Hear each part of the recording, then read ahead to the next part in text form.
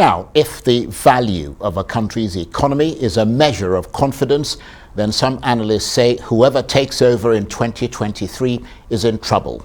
The Nigerian economy has gone from being one of the fastest growing in Africa and the world in 2014 to being one of the most sluggish performers today. According to the latest poll conducted by the Africa Polling Institute and Business Day newspaper, Nigeria's economy will be one of the biggest issues in presidential elections taking place in about 6 months from now. The currency, the naira, after falling dramatically in the past couple of years, remains fragile, while inflation, debt and unemployment have all been rising.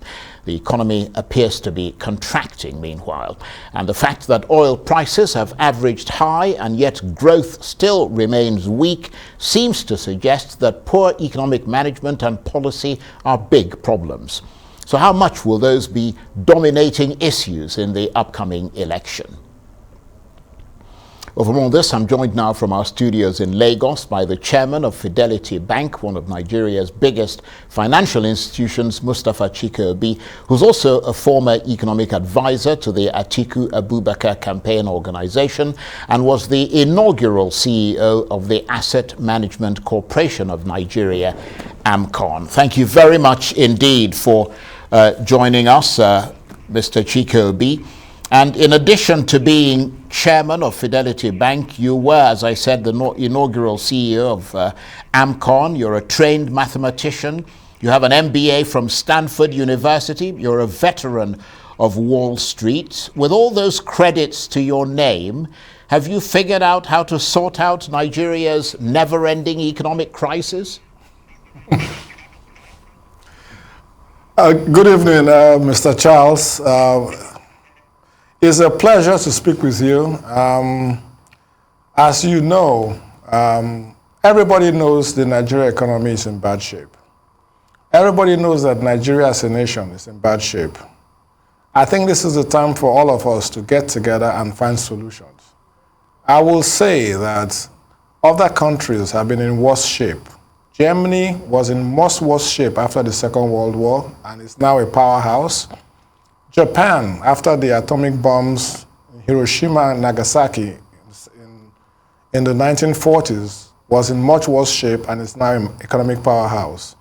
So there's hope. But what we need as a country, instead of just rehashing all the problems and throwing blames left and right, is to find two things that we need to recover: leadership and good policies. We must have good policies and we must have a leadership that's able to A, inspire people, and B, have the political will to carry through these changes. So we have some low-hanging fruits. The fuel subsidy situation is untenable. We cannot maintain it. Everybody knows we cannot maintain it, but we don't have the political will in view of an election to deal with it at this point. The damage of the petrol subsidy, PMS subsidy, will be long-lasting. And I think that this is the time for us to have a policy for gradually phasing out the fuel subsidy. What I would suggest, because identifying problems without a solution doesn't make sense at this point, what I would suggest is that we take this fuel subsidy and we tell Nigerians, we will give you 50% fuel subsidy. So if the price should be 800 naira a liter, pay 400 naira a liter, 50% subsidy, reducing by 10% a year over the next 5 years. So we phase it out gradually and people know exactly what the fuel subsidy is. If the fuel prices come down, the price comes down as well. But let's have a plan for removing the fuel subsidy. We have removed the subsidy for diesel and we haven't all died. So that's a huge, huge problem for the Nigerian economy, and we must deal with it. The second subsidy is the FX subsidy. The foreign exchange subsidy is significant. We are selling much of our precious dollars at 420, 430 to some people, whereas the market is prepared to pay 650, 700 for the same commodity. we must, as a matter of priority, narrow the exchange rate, the difference between the parallel market and the official rate. So if we do those two things, I think, as a start, we don't have to wait for the elections to do them. I think we'll be able to get more of a grip on our economy than we have today.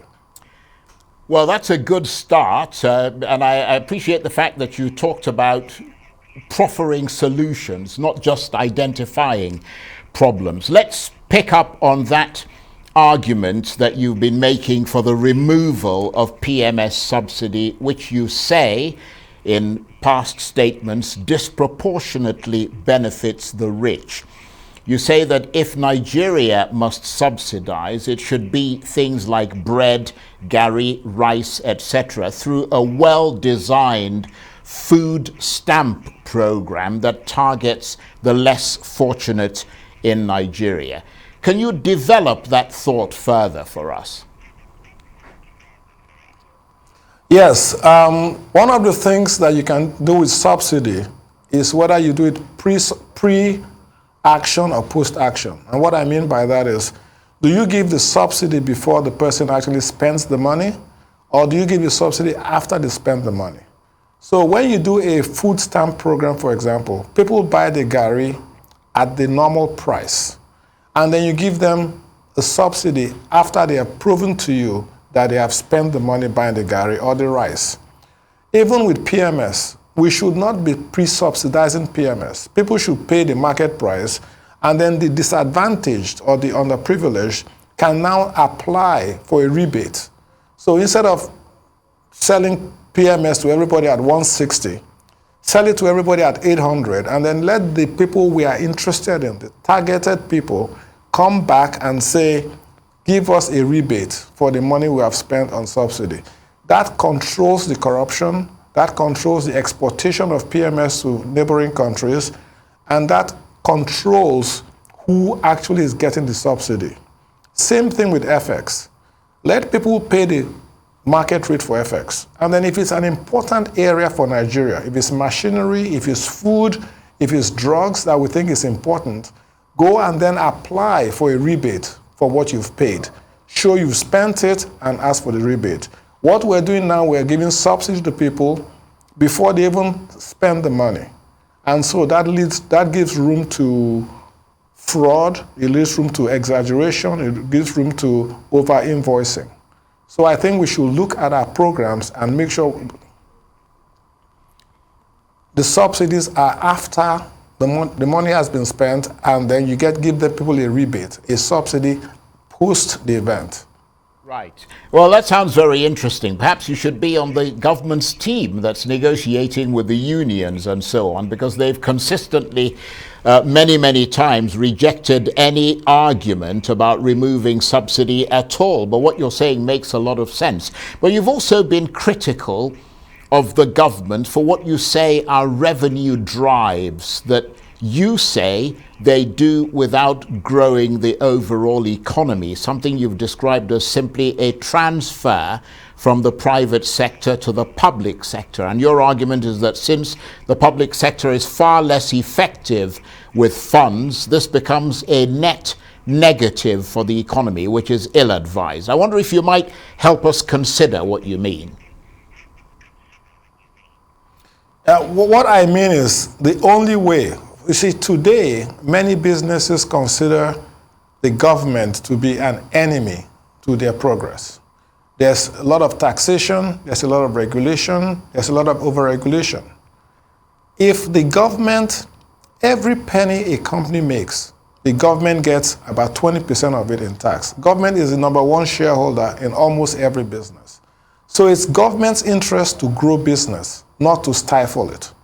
So if we can look at it that way, you will find out that taking money, taxing companies and levying fines on them, making their business difficult, ends up restricting their growth and reducing the revenue on the long run for the government.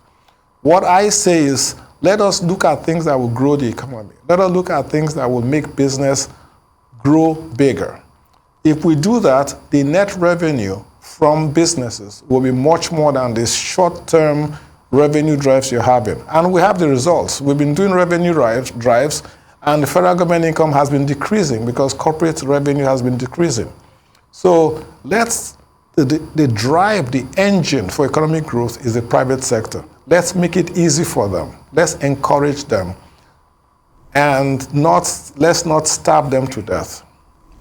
Right. I just want to rattle through a number of things because your experience is of enormous benefit to policymakers as well as ordinary Nigerians. I mean, you've been known to advise, for example, extreme caution when it comes to the Bitcoin mania, especially given that, as you say, many people can't understand or explain how Bitcoins are created. But all the latest figures suggest that Nigerians are hedging against the drop in the value of the naira by trading more dollar-denominated digital assets. Do you think that investing in cryptocurrency is also driving the devaluation of the naira, or do you think that trading in Bitcoin is a good hedge against the dollar, because no matter how hard the naira falls, their money is not affected, which would be a good reason to go to crypto? Well, I was having a discussion recently. You cannot buy crypto with naira. What happens is you use your naira to buy dollars, and then you use the dollars to buy crypto. And even though it may seem seamless to you, that's what happens. You buy the dollar, and the dollar buys the crypto. So what Nigerians are really doing is exchanging their dollars for naira for dollars. The crypto is just an avenue for keeping the dollar. You might as well keep the dollar in a bank account in the US or keep the dollar in US stocks. So crypto is not the problem. What is the problem is that Nigerians feel that once they earn naira, they should convert it to a more stable store of value, which is a foreign currency, which they then use to buy the crypto. So crypto is not our problem. The thing I have with crypto is people don't understand what a cryptocurrency really is. I don't understand it. I have tried seriously to understand then they'll tell you blockchain and all this stuff. I don't understand it, and I tried. So most Nigerians will not understand it. They're just buying it as a store of value. So the dollar also is a store of value, and it has proven a better store of value to Nigerians than the naira. That's what we have to address. What do we do to our naira to make our naira a store of value for Nigerians and that Nigerians will believe in? And that's what I mean. We need leadership, and we need policies to do that. And talking about leadership, let's bring this down to a level where most people can really relate to it. What are Nigeria's economic prospects with the election barely 6 months away? I think that we can use this 6 months very well. First of all, the campaigns, as far as I know, do not start till September 28th.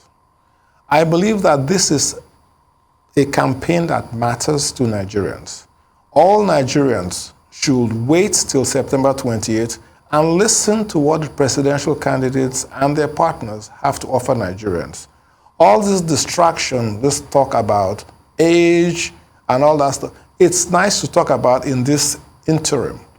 But we must all have an open mind, listen to the candidates, what they are telling us they're going to do, and we can guess or judge how well they will do it, and then we will see who will be the next leader. It is critical that we all have open minds, listen to the campaigns, and make up our minds after the campaigns. All this noise and distractions I don't think are helpful at this time.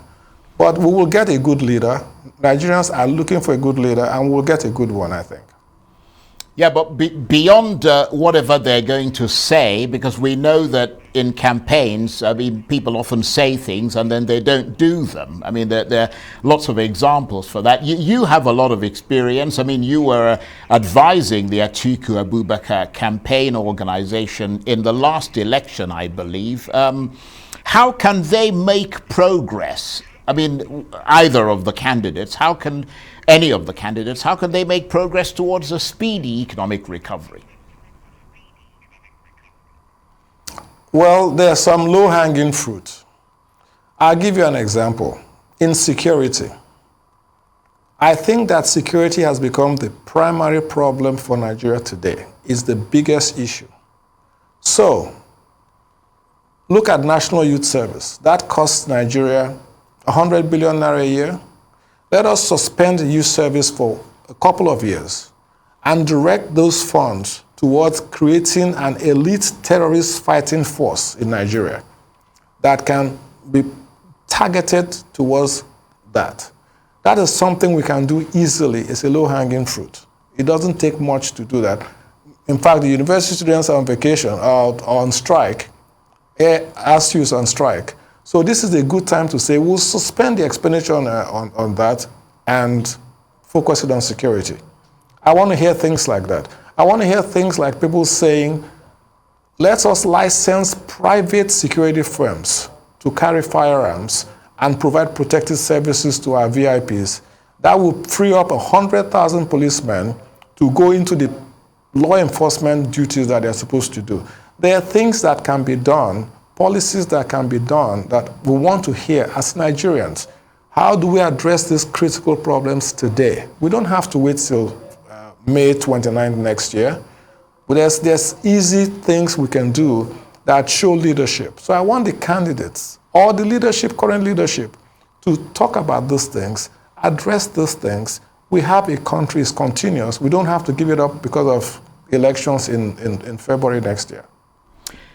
That's very interesting points that you've raised there, particularly that one about the youth service corps. But we've got about a minute or less left, sadly. I could talk to you the whole evening, but we have to end the chat soon. I wonder how you feel about Fidelity Bank being finally recognized as a Tier 1 bank by Fitch and leading Nigerian financial analyst ProShare. I expect that's significant news for you. I'm very proud about it. I beat my chest. I think Fidelity is finally being recognized as one of the top banks, and we have a lot of work to do. We'll continue to do it. We'll continue to serve Nigeria, and I hope that by the time I'm done as chairman, that it's recognized as one of the top banks in Nigeria. Thank you for that question. Well, thank you very much indeed for taking the time out of your busy schedule to join us. And that is Mustafa Chike-Obi, chairman of Fidelity Bank, inaugural CEO of the Asset Management Corporation of Nigeria, AMCON, and former economic advisor to the Atiku Abubakar campaign organization. And he was talking to me there from our studios in Lagos.